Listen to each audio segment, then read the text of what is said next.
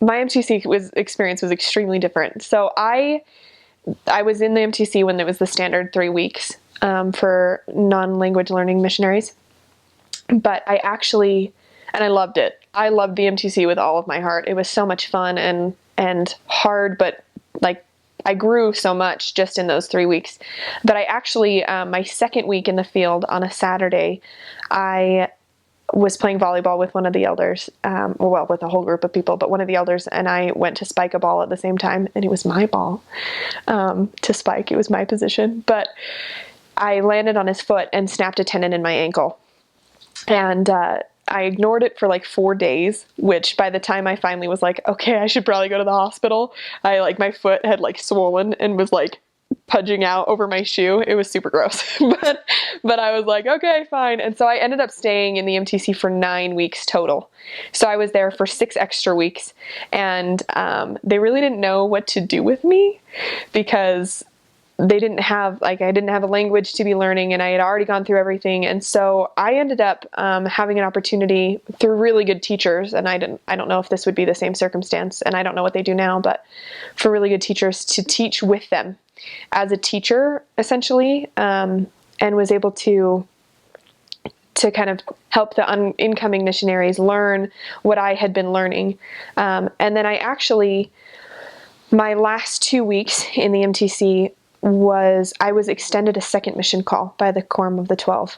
One of the scariest moments of my life. I walk into the mission or the MTC president's office, and he was like, the First Presidency wants you to know that they are very aware of you.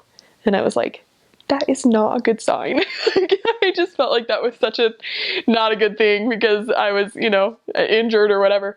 But they extended a second mission call. And so I served as the first sister. My companion and I were the first sisters. She was a visa waiter, to serve in the Referral Center mission, which is a strictly online proselyting mission that functions out of the MTC.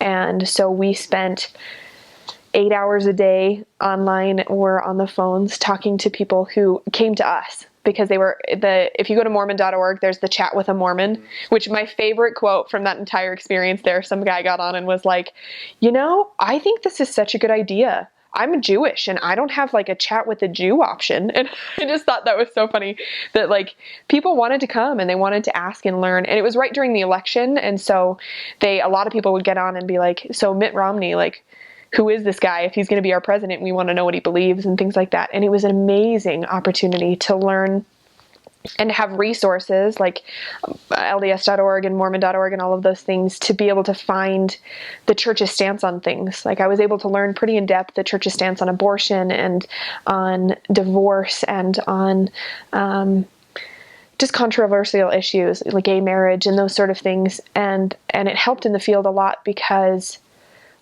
most people are much more bold online. They're much more willing to say like, well, I think your religion is stupid, than someone would ever say to you in person.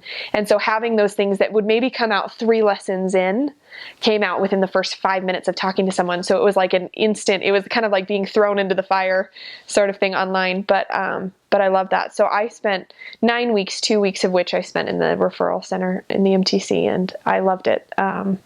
It was a lot of fun, but by the time the 2 weeks was up, sitting in front of a computer 8 hours a day was pretty rough. So I have so much respect for the missionaries that serve in the referral center full time because it's a hard job, but it was a lot of fun.